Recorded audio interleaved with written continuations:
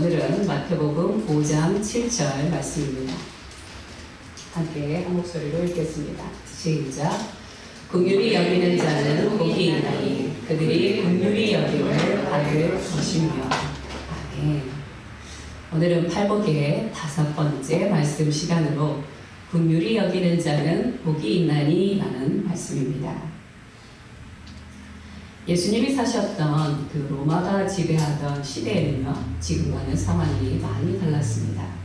그때에는 정의와 용기와 그리고 힘을 숭배했던 그런 시대라고 보시면 됩니다. 그 시대는 거칠었고 그리고 굶주림의 시대였기 때문에 어설프게 원수나 약자들에게 도움을 주거나 혹은 긍휼을 베풀게 되면 그것만으로도 굉장히 자기 자신이 위험에 처할 수 있는 시기였다는 것입니다. 위험뿐만 아니라 죽임을 당할 수도 있고 배신을 당할 수도 있었기 때문에 누군가에게 긍휼을 베푼다는 것은 그 시대에 있어서 많은 위험을 감수해야 되는 그런 시대였죠.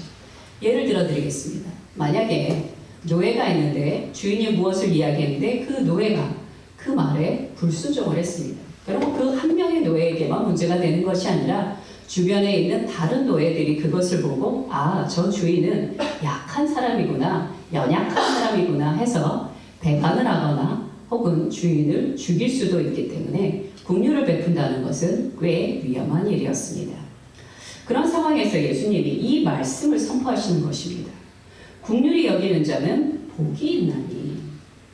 아마 그 말을 들었던 그 당시의 군중들은 이 말씀은 좀 이해가 잘 안 된다 라고 생각했을 수 있을 것입니다. 자, 긍휼이라는 뜻에 대해서 살펴보도록 하겠습니다. 긍휼의 사전적인 뜻은 가엾게 여겨 도움을 주는 것을 말합니다. 그냥 감정적으로 불쌍하다, 돕고 싶다 이것이 아니라 실제로 행동으로까지 나가는 것이 바로 이 긍휼이라는 것입니다. 아마 성경적인 단어로 긍휼을 사용하고 있기 때문에 대부분의 밖에 나가면 긍휼이 무슨 뜻인지 모르는 분들이 많이 계실 것입니다. 긍휼은 헬라어로 엘레오스 그리고 히브리어는 헤세드라고 표현을 합니다. 그리고 NIV 성경에서는 뭐라고 하냐면 mercy라고 합니다. 자비라고 혹은 인애라고 표현을 하죠. 동정심 혹은 불쌍히 여기는 것입니다. 여러분이 긍휼을 생각할 때 첫 번째로 생각해야 될 건 감정이 아니라 행동으로까지 가는 것이 긍휼이다라는 것을 기억해 주시면 됩니다. 예를 들어서 마가복음 2장 3절에서 5절 말씀을 예로 함께 읽어보도록 하겠습니다. 시작. 사람들이 한 중풍병자를 4사람에게 메워가지고 예수께로 올세. 무리들 때문에 예수께 데려갈 수 없으므로 그 계신 곳에 지붕을 뜯어 구멍을 내고 중풍병자가 누운 산을 알아내리니 예수께서 그들의 믿음을 보시고 중풍병자에게 이르되 작은 자야 내 죄사함을 받았느니라 하시니. 여러분, 중풍병자 친구들, 이 4명의 친구들은요 그냥 자신의 친구를 불쌍히 여기기만 한 것이 아니라 자신들의 앞에 장애물이 있게 되죠. 어떻게 했어요? 세상에 그 친구를 들어서 4명이 지붕을 뚫어서 그렇게 해서 자기의 친구를 예수님 앞에 갖다 놓았다는 것입니다. 이것이 바로 어떤 마음입니까? 이것이 바로 무엇입니까? 바로 긍휼의 행동이라는 것입니다. 이처럼 긍휼을 여긴다는 것은 생각이 아니라 행동을 취해야 하는 것입니다. 두 번째, 긍휼은요 어떤 의미가 있냐면요 모든 죄의 결과를 전제로 한다는 것입니다. 조금 어려울 수 있지만 잘 들어보시면 이해가 되실 것입니다. 자, 우리가 누군가를 사랑할 때는요 그 여인의 혹은 그 남자의 아름다운 외모 그리고 매력적인 모습 때문에 사랑에 빠질 수가 있습니다.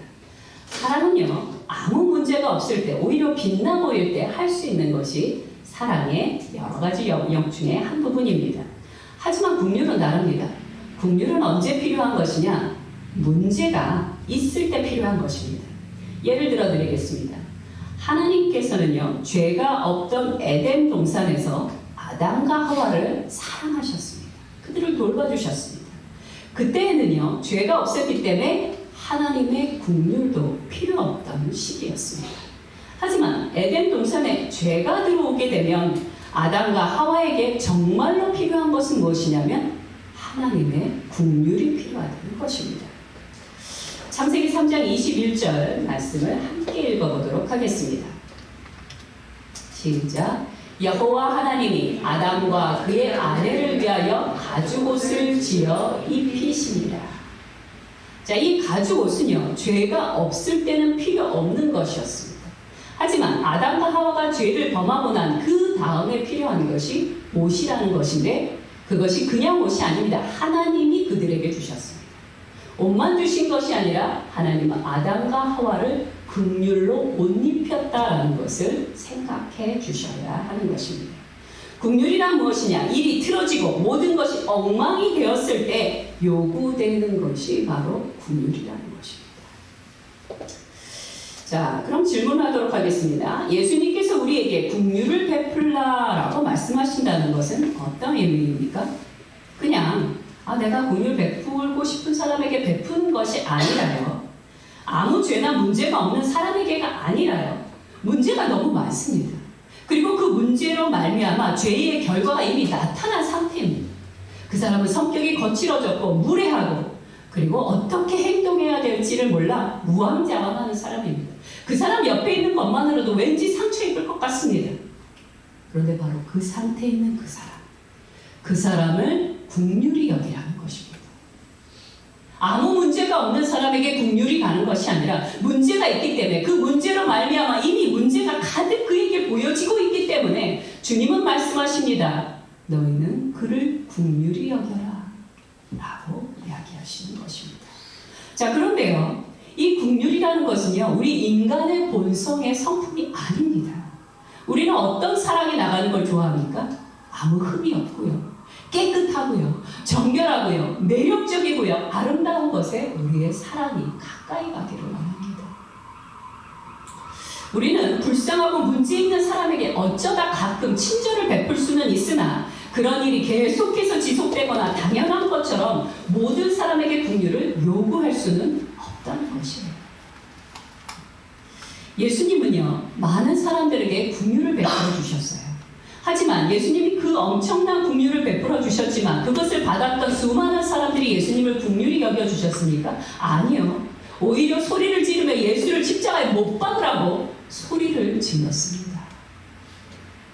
사람들에게 긍휼은 본성적인 것이 아니라는 것이에요. 자, 그렇다면 우리가 긍휼히 여기는 사람이 되려면 어떻게 해야 될까요? 바로 사랑과 긍휼의 근원 되신 하나님으로부터 받아야만 그것이 가능하다는 것입니다. 말씀을 한번 보도록 하겠습니다. 예레미야가 3장 22절에서 23절 말씀을 보도록 하겠습니다. 시작. 여호와의 인자와 긍휼이 무궁하심으로 우리가 진멸되지 아니함이니이다. 이것들이 아침마다 새로우니 주의 성실하심이 크시도소이다. 아멘.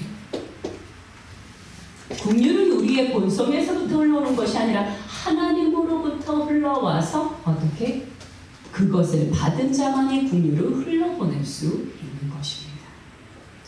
자, 그렇다면 하나님의 긍휼을 받을 수 있는 방법은 무엇일까요? 바로 화목제 대신 예수 그리스도를 통하여 하나님의 의를 받아야만 하는 것입니다. 하나님의 의요 진리에 대하여 줄이고 목말라 하는 자에게 하나님이 채워주시고 만족해 해 주시는 것입니다. 그런 이후에 우리는 긍휼을 베푸는 자로 하루하루를 살아가게 되는 것이죠. 자, 두 번째 봐야 될 것은 이것입니다. 하나님은 긍휼을 우리에게 요구하십니다. 그런데 생각해보면 하나님은 어떤 분이시냐? 공의의 하나님이십니다. 우리는 지난주에 의에 대해서 배웠습니다. 오늘은 긍휼에 대해서 이야기를 나누고 있습니다. 자, 하나님의 이 의로우심, 이 특별히 공의로우심과 죄에 대한 결과로 사랑해야 되는 이 긍휼이 어떻게 공존할 수 있는가를 우리는 생각해 봐야 합니다. 어떻게 공의로운 심판의 하나님이, 긍휼의 하나님이 과연 되실 수 있는 것일까요? 이 두 가지는 반대적인 것이 아닙니까? 맞습니다. 하나님께서는요, 분명히 공의의 하나님이십니다. 그러나 우리에게 요청하시기를 긍휼히 여기라고 요청하고 계십니다. 하나님께서는요, 독생자 예수 그리스도를 이 땅에 보내사 인간의 죄와 값을 십자가에 모두 지불하심으로 하나님의 공의와 사랑을 다 만족해 하시게 됩니다. 예수님은 우리를 정결케 하셨고 하나님을 아바 아버지라 부를 수 있게 하셨습니다. 하나님의 그 크신 공률하심은 하나님의 공의를 해치지 않는다는 것입니다. 값을 지불했기 때문에. 값을 지불했기 때문에 하나님의 공의가 훼손되지 않고 온전히 지속될 수 있다는 것입니다. 하지만요, 우리는 종종 하나님의 공의와 진리를 무시한 채 죄가 여전히 남아있는 상태에서 어설픈 짝퉁 긍휼을 베풀 때가 있다는 것입니다. 성경에 이것과 관련된 좋은 예가 있습니다. 다윗의 첫째 아들 암논은요, 아름다운 이복 여동생 다말에게 마음이 혹했던 것을 볼 수 있습니다. 그래서 계략을 꾸며서요, 이복 여동생이었던 다말을 겁탈을 하게 됩니다. 이 사실을 알게 된 다윗 왕이 어떻게 행동을 취했냐면요, 분노합니다. 성경에 보면요, 크게 분노했다라고 그렇게 기록이 되어져 있습니다. 자, 이 사실을 알게 된 아버지 다윗은 크게 분노한 것은 사실이지만 암논에게요, 어떤 죄에 대해서도 묻지 않고 슬쩍 넘어가게 됩니다. 이것에 대해서 다말의 친오빠였던 압살롬은 크게 분노하죠. 그리고 이것에 대해서 복수하기 위해서 2년이라는 세월을 기다립니다. 계획을 세워서요, 2년 이후에 어떤 일이 벌어지냐면 바로 드디어 이복형이었던 암논을 살해하게 됩니다. 이 암논이 살해됐다는 것은 무엇을 의미하는 거냐면 이스라엘 왕족의 첫째 장자를 죽인 것입니다. 엄청난 죄예요. 그래서 이 죄를 짓고 압살롬이 어떻게 했냐면 자기의 외할아버지에게로 도망가서 3년을 살게 됩니다. 자, 그런데 이제 압살롬이 3년 동안 자신의 외할아버지 집에 그 다른 나라인 외할아버지 그술왕에게로 가서 사는 동안 다윗은 또 어떻게 행동했느냐? 역시 마찬가지로 살인자 압살롬에게 아무 조치도 취하지 않습니다.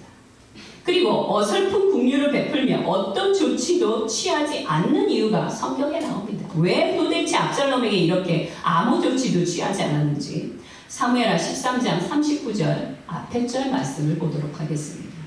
함께 읽겠습니다. 시작. 다윗 왕의 마음이 압살롬을 향하여 간절하니, 여기 간절하니가 다른 말로는 어떻게 해석이 되냐면 그리워하니. 부모가 자식을 사랑하는 마음은 늘 간절합니다. 늘 애가 끓습니다. 다윗은 아들 압살롬을 사랑했던 게 맞습니다. 그러나 그 사랑에는 하나님의 공의와 진리가 쏙 빠져 있었다는 것이에요. 우리가 긍휼을 베풀 때마다 기억해야 될 아주 중요한 말씀이 있습니다. 개역 한글로 시편 85편 10절 말씀을 함께 읽도록 하겠습니다. 시작. 긍휼과 진리가 같이 만나. 긍휼은 무엇을 만나야 되냐? 진리와 함께 가야 하는 것입니다. 내가 생각하는 긍휼이 아니고요, 저 사람이 생각하는 긍휼이 아니고요, 세상이 생각하는 긍휼이 아니고요, 하나님의 진리의 말씀과 하나님의 긍휼이 함께 진행해 나가야 한다는 것입니다. 그러므로 긍휼을 베푼다는 것은 무엇입니까? 진리와 공의 안에서 이루어져야 하는 것입니다.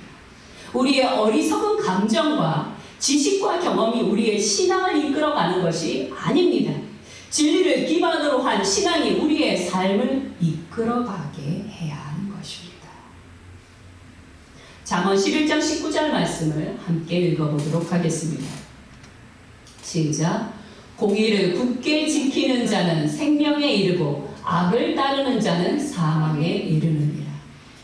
다윗 왕의 아버지 다윗 왕의 마음이 자식을 향하여 아무리 들끓었다 하더라도 하나님의 진리가 쏙 빠진 것은 곧 악을 따름으로 말미암아 사망을 낳게 되는 것입니다. 다윗의 짝퉁 긍휼 때문에 압살롬의 마음에 진리를 거역하는 반역의 씨앗이 자라게 됩니다. 시간이 지날수록 계속 커가게 되죠. 만약에 다윗이 왕으로서 그리고 아버지로서 진리와 공의를 세우는 압살롬의 죄에 대하여 회개할 기회를 제대로만 줬다면, 그래서 압살롬이 회개에 합당한 열매를 통해 새롭게 되어 하나님의 긍휼하심을 입을 수만 있었다면 그의 마지막이, 압살롬의 마지막이 그렇게 젊은 나이에 그렇게 비참하게 끝나지는 않았을 거라는 것입니다. 우리는 어리석은 짝퉁 긍휼을 주의해야 합니다. 오늘날 가정 안에, 교회 안에, 사회 안에, 그리고 나의 개인의 생활 안에 죄와 악을 제대로 해결하지도 않은 채 죄를 슬쩍 덮어버리는 어설픈 긍휼들이 넘쳐나고 있습니다. 순간을 모면하고 싶은 거죠. 불편한 관계를 모면하고 싶은 거죠. 그러나 이것은 후에 반드시 문제로, 열매로 나타나는 것입니다. 하지만 성경은 뭐라고 말씀하시냐면 디모데후서 1장 13절 말씀을 함께 보도록 하겠습니다. 시작. 이 증언이 참되도다. 그러므로 내가 그들을 엄히 꾸짖으라. 이는 그들로 하여금 믿음을 온전하게 하고, 때로는 엄히 꾸짖는 여호와 하나님의 말씀이, 때로는 엄히 꾸짖는 부모님의 그 꾸지람이 우리의 믿음을 온전하게 할 수 있다는 것입니다. 유다서 23절 말씀을 함께 보도록 하겠습니다. 시작. 또 어떤 자를 불에서 끌어내어 구원하라. 또 어떤 자를 그 육체로 더럽힌 옷까지도 미워하되 두려움으로 긍휼히 여기라. 아멘. 여러분, 불에서 누군가를 끌어내는데 천천히 설득하며 끌어내겠습니까? 아닙니다. 급하고 단호하게 끌어내야 하는 것입니다. 내 사랑하는 누군가가, 그것이 이웃이건 가정이건 가정 안의 사람이건 죄를 도무지 깨닫지 못하고 있습니다. 그렇다면 그 죄에 대하여 엄하게, 신속하게, 단호하게 꾸짖는 것 자체도 긍휼이라는 사실을 기억해 주셔야 하는 것입니다. 저도 자녀를 키웠습니다. 자녀를 키울 때 제가 의지적으로 항상 제 자신에게 말했던 것이 있습니다. 이런 말을 제 자신에게 항상 했습니다. 30번 사랑하고 한 번 훈계하자. 이 부모가 되다 보면요, 이 훈계의 말이 먼저 나가게 됩니다. 지적하는 말이 자꾸 먼저 나가게 됩니다. 빨리 고쳤으면 좋겠거든. 근데 그런다고 해서 자녀가 고쳐지는 게 절대 아닙니다. 그 한 번의 훈계의 말을 하기 위해서는요, 30번보다 더 많은 사랑과 친절과 온유함이 흘러가야만 합니다. 그래야만 비로소 내 한 번의 교훈이 내 사랑하는 자녀의 가슴에 깊이 박히고 그것을 통하여 돌이킬 수 있게 되는 것입니다. 긍휼히 여긴다는 것은 그저 감정적으로 상대가 불쌍하거나 애처롭다는 이유만으로 죄를 벌하지 않거나 눈 감아주는 게 절대 아니라는 사실을 기억해 주셔야만 합니다. 자, 그럼 우리는 어떻게 우리의 가족과 우리의 이웃을 긍휼히 여길 수 있을까요? 첫 번째는 우리는 물질적으로 그분들을 긍휼히 여길 수 있습니다. 가난한 사람에게 먹을 것과 필요한 것을 제공해 주는 것입니다. 또요, 그들에게 거주할 집을 제공하고 병든 자와 죽어가는 이들을 섬길 수도 있는 것입니다. 저는 저희 교회 성도님들에게 게스트룸을 꼭 하나 마련하라고 했습니다. 거기에 더하여 만약 여유가 더 계신다면 게스트 하우스 자체를 하나 더 마련해 주시기를 여러분에게 말씀드립니다. 또 중요한 것이 있는데요, 그분들에게 긍휼을 베풀 수 있는 방법 중에 하나는 뭐냐면 사회적인 능력을 부여해 주어야 한다는 것입니다. 의존성을 약화시킬 수 있는 직업 교육이 반드시 필요합니다. 그리고 정서적으로 독립하고 의지적으로 독립할 수 있도록, 자립할 수 있도록 계속해서 돕는 것이 바로 우리가 그분들에게 긍휼을 베푸는 방법입니다. 또 우리는 그분들에게 영적으로도 긍휼을 베풀 수 있습니다. 우리는 사람들의 어리석음과 무례함과 속임을 불쌍히 여길 줄 알아야 하는 것입니다. 누가복음 23장 34절 말씀에 보면 예수님의 십자가에 달려 돌아가시면서 하신 말씀이 있습니다. 함께 읽어보도록 하겠습니다. 이에 예수께서 이르시되 아버지 저들을 사하여 주옵소서. 자기들이 하는 것을 알지 못함이니이다. 이것이 바로 예수 그리스도께서 우리를 향하신 국률의 마음입니다. 자신을 죽이라고 외쳤고 또 실제로 십자가에 못 박았음에도 불구하고 그들을 향하여 뭐라고 말씀하시냐면 이렇게 말씀하시죠. 자기들이 하는 게 뭔지도 모르고 행하고 있습니다. 저들을 불쌍히 여겨 주시옵소서. 이와 동일한 국률한 마음을 가졌던 한 사람이 있습니다. 그분은 스데반 집사입니다. 스데반 집사님에 대해서 사도행전 7장 6절 말씀입니다. 함께 읽도록 하겠습니다. 시작. 무릎을 꿇고 크게 불러 이르되 주여 이 죄를 그들에게 돌리지 마옵소서. 이 말을 하고 참이라 죽었느니라. 여러분, 누가 여러분을 향하여 돌을 막 던지고 여러분을 죽이려고 하는데 이 말씀을 과연 할 수 있을까요? 이것은 사람의 말이 아닙니다. 하나님이 부어주셔야만 그 국률의 마음이 스데반 집사의 마음에 가득할 수 있는 것입니다. 또 이런 방법이 있습니다. 악으로 악을 갚지 않으며 다른 사람의 약점을 들춰내지 않는 것이며 다른 사람의 실패를 이용하지 않으며 결코 타인의 죄를 떠벌리지 않는 것입니다. 여러분 성 어거스틴을 알고 계실 것입니다. 어거스틴은요 항상 기회가 될 때마다 가난한 사람들을 자신의 식탁으로 초대해서 음식을 대접했다고 합니다.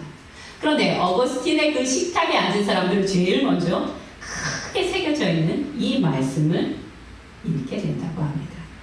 그 새겨져 있는 글은 무엇이냐면 이런 글입니다. 이 식탁은 다른 이를 욕하는 사람을 위한 것이 아니니 그런 사람은 굶으십시오.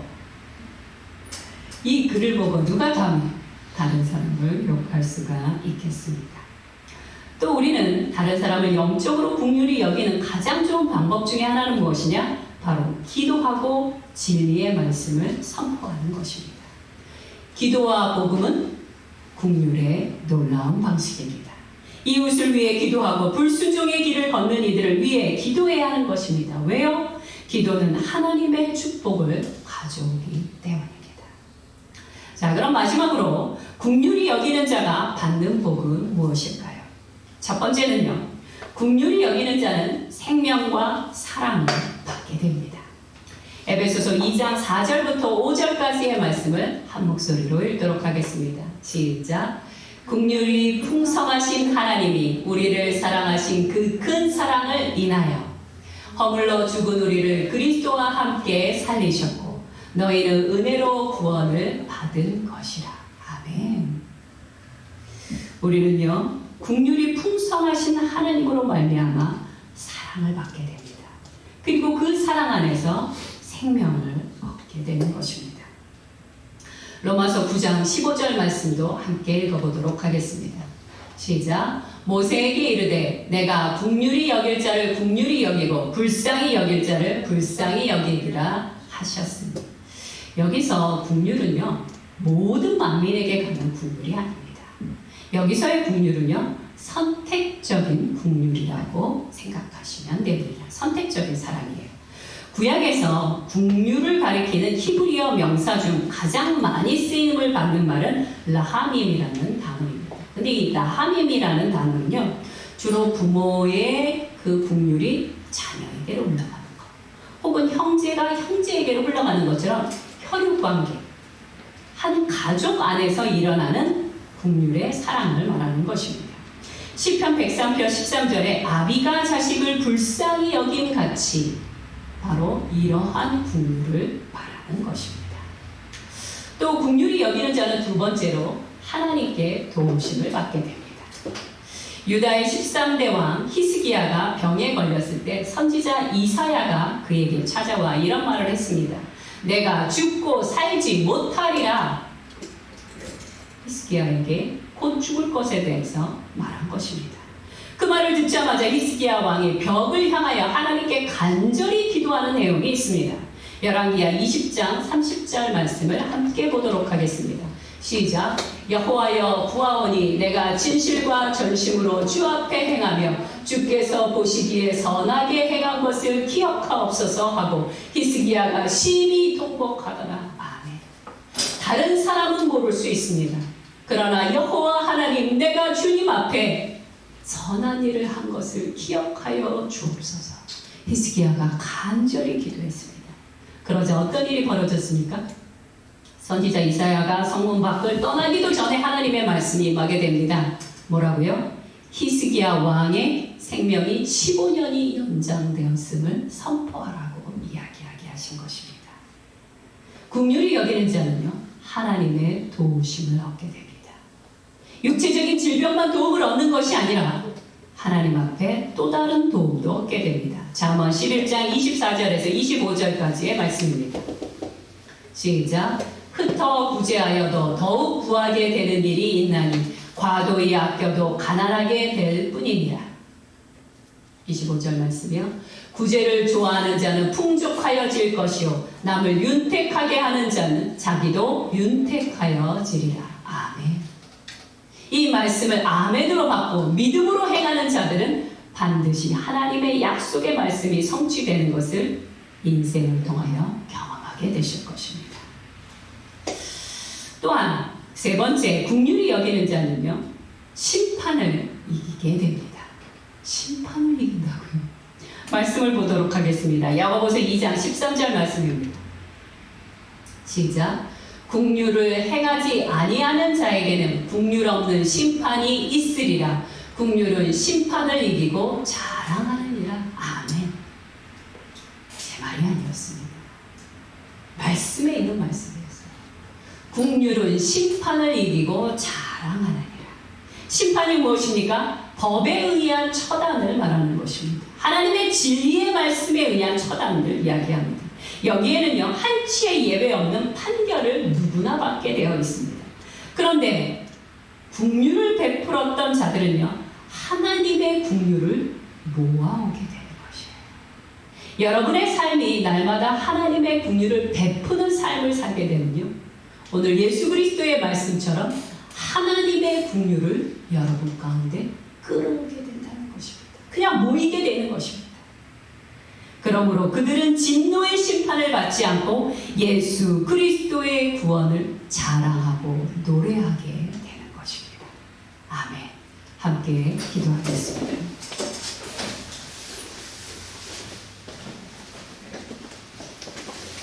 오늘 주님은 우리 열방교회를 향하여 말씀하십니다. 긍휼히 여기는 자는 복이 있나니 긍휼히 여김을 받을 것이다 라고 이야기하십니다. 여러분은 이 말씀을 선택해도 되고 선택 안 해도 되는 것이 아닙니다. 우리는 이 말씀을 아멘으로 받고 믿음으로 행해야 하는 것입니다. 오늘 하나님의 긍휼이 필요하신 분이 계실 것입니다. 나의 죄 때문에, 나의 어리석은 선택 때문에 이렇게 될 수밖에 없는 나의 비참한 상황 가운데서 오직 간절히 구할 수 있는 것은 하나님의 긍휼밖에 없는 분들이 계실 것입니다. 오늘 그런 분들은 주님 앞에 나아가시기 바랍니다. 하나님 구하오니 하나님의 의를 주시고 진리 안에서 회개하게 하신 후 여호와 하나님의 긍휼을 받는 자 되게 하여 주시옵소서. 주님 앞에 간절히 기도드리는 시간 되시길 바랍니다. 함께 기도하겠습니다.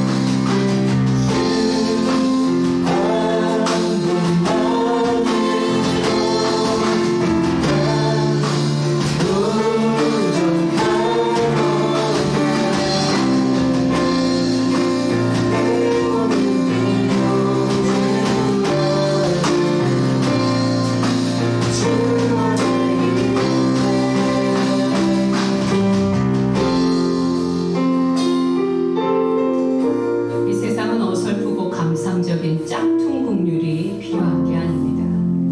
하나님의 진리와 생명의 긍휼이 간절히 필요한 것입니다. 이제까지 어설픈 짝퉁 국률로 살아왔던 날들을 회개하는 시간을 가지시기 바랍니다. 주님, 진리의 말씀대로 살아가지 않고 어설프게 슬쩍 넘어갔던 제 모든 날들을 용서하여 주시옵소서. 하나님의 진리 안에서 주님의 말씀하신 것처럼 복된 삶을 누리기 위해서라도 국률한 삶 살게 하여 주시옵소서. 오늘 주님 앞에 다시 한번 회개하고 새롭게 되기를 간구하여 주시기 바랍니다. 함께 기도하겠습니다.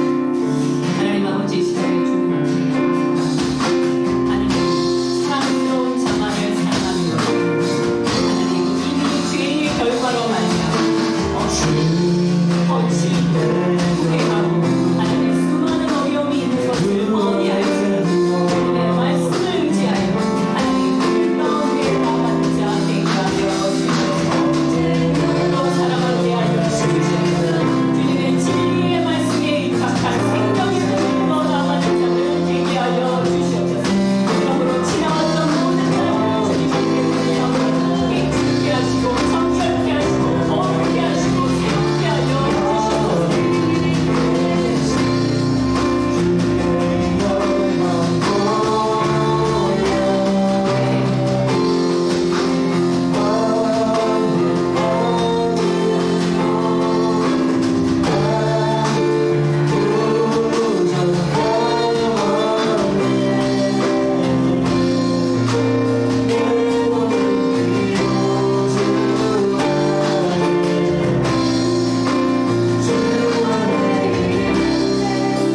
세 번째 기도하기를 원하는 것이 있습니다.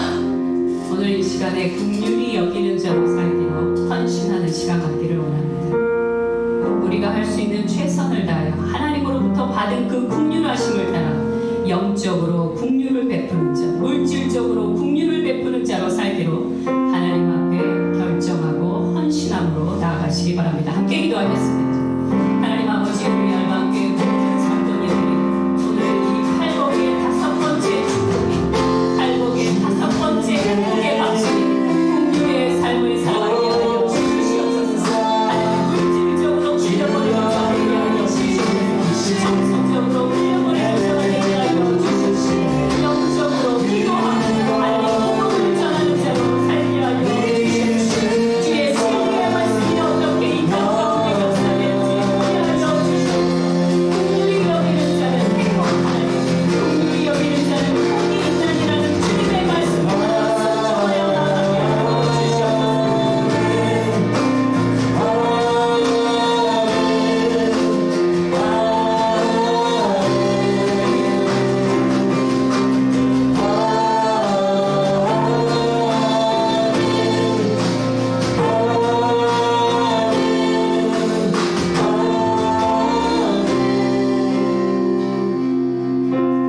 하나님 아버지, 저희는 서로 사랑하는 일에 계속해서 형편없이 실패하고 있는 중입니다. 사랑하고 싶은 사람만 사랑해, 사랑하고 싶지 않은 저는 멀어지라고 말하는 세상의 말에 더 마음을 쏟았던 것을 고백합니다. 요한일서 4장 20절 말씀에 누구든지 하나님을 사랑하노라 하고 형제를 미워하며 이는 거짓말이라고 하셨지만 내 안에도 있고 상대 안에도 있는 죄의 찌꺼기와 그로 인한 각양각색의 문제들은 보고 싶지도 않고 듣고 싶지도 않아 하나님의 긍휼이 필요했던 나의 사랑하는 가족과 이웃에게 다가가는 것조차 포기했던 것을 고백합니다. 도와주시옵소서. 아침에 눈을 뜰 때마다 예수 그리스도의 인자와 긍휼을 간절히 사모하게 하여 주시옵시고 아버지의 진리의 말씀 안에서 다시 한번 긍휼을 실천하고 베푸는 자로 살아가게 하여 주시옵소서. 감사드리며 예수 그리스도의 이름으로 기도드렸나이다. 아멘.